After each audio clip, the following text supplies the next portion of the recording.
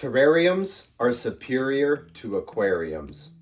Now, I know that's a controversial thing to say, and I know there's a lot of aquarium purists out there that might get offended by that, but hear me out. Aquariums can be cool until the filter breaks, the filter becomes excessively noisy, until you're sick of doing water changes, until you've got random algae outbreaks, or your fish just get sick and die off wholesale. Here's a few reasons why I personally think terrariums are superior to aquariums. So, what is the difference between an aquarium and a terrarium? An aquarium will generally be filled with water all the way to the top. It's going to have fish and aquatic plants. A terrarium is going to be filled with soil. It's going to usually have an assortment of insects, which is what makes it a bioactive environment. And if you choose to, you can also add amphibians or lizards or semi-aquatic animals if you choose to go with a paludarium, which is a terrarium with a water section, which is actually what this here is as well. The first, and for me, the most crucial reason why terrariums are superior to aquariums is because of the maintenance, or lack of, there I should say.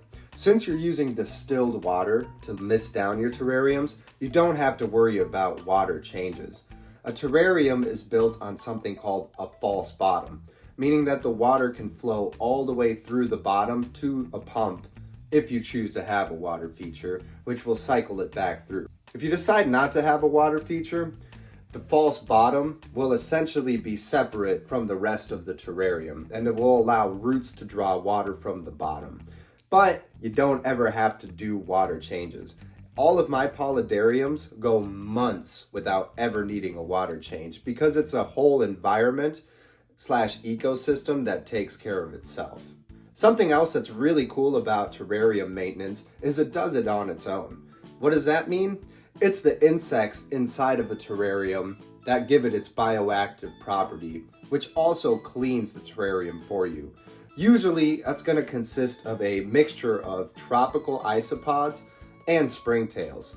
What they'll do is eat the decaying plant and animal matter and actually turn it back into fertilizer for your plants. So it's a never-ending cycle. All you got to do is trim the plants every other month or so, and that's really about it.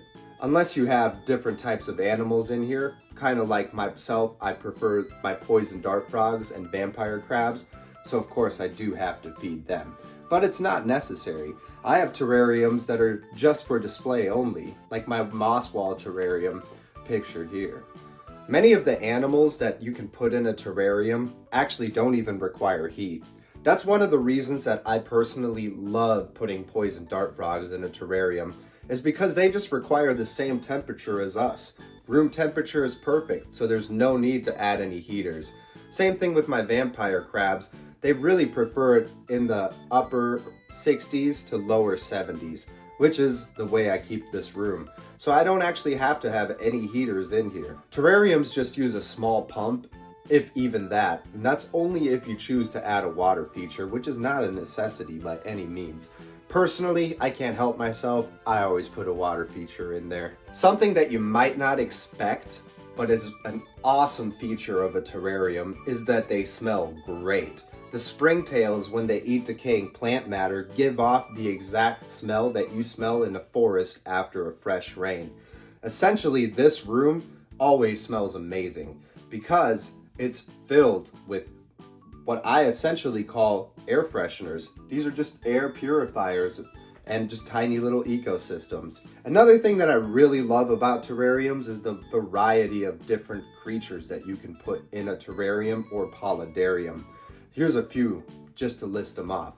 Poison dart frogs, salamanders, vampire crabs, fiddler crabs work well. You can do mud skippers. Their possibilities are honestly endless. If you have a big enough terrarium and you decide to convert it into a paludarium, you can still keep fish in there too, so you can have the best of both worlds.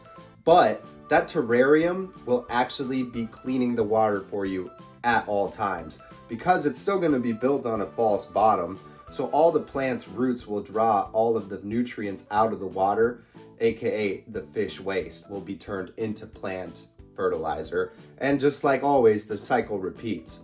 Also, terrariums can be done for pretty cheap. You don't necessarily have to spend a bunch of money like I did on this one here. You can literally build your own terrarium in nothing more than a bottle if you do it right.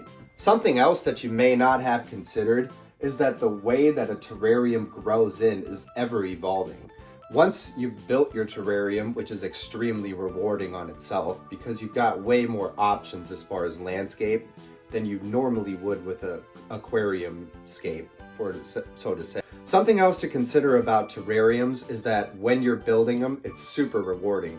It takes some time, but it's an ever-evolving project. And even after you've completed your terrarium build, now you get to plant it and watch it grow in, which can take quite a long time, but that's the fun of it, is it's ever-evolving.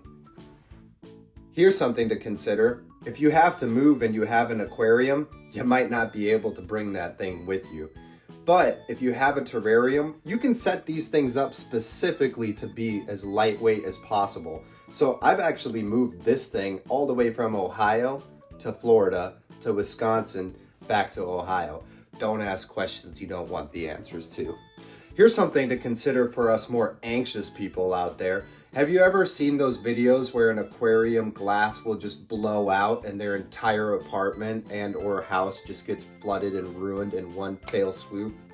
Nothing to worry about with the terrarium. Like, what's gonna happen?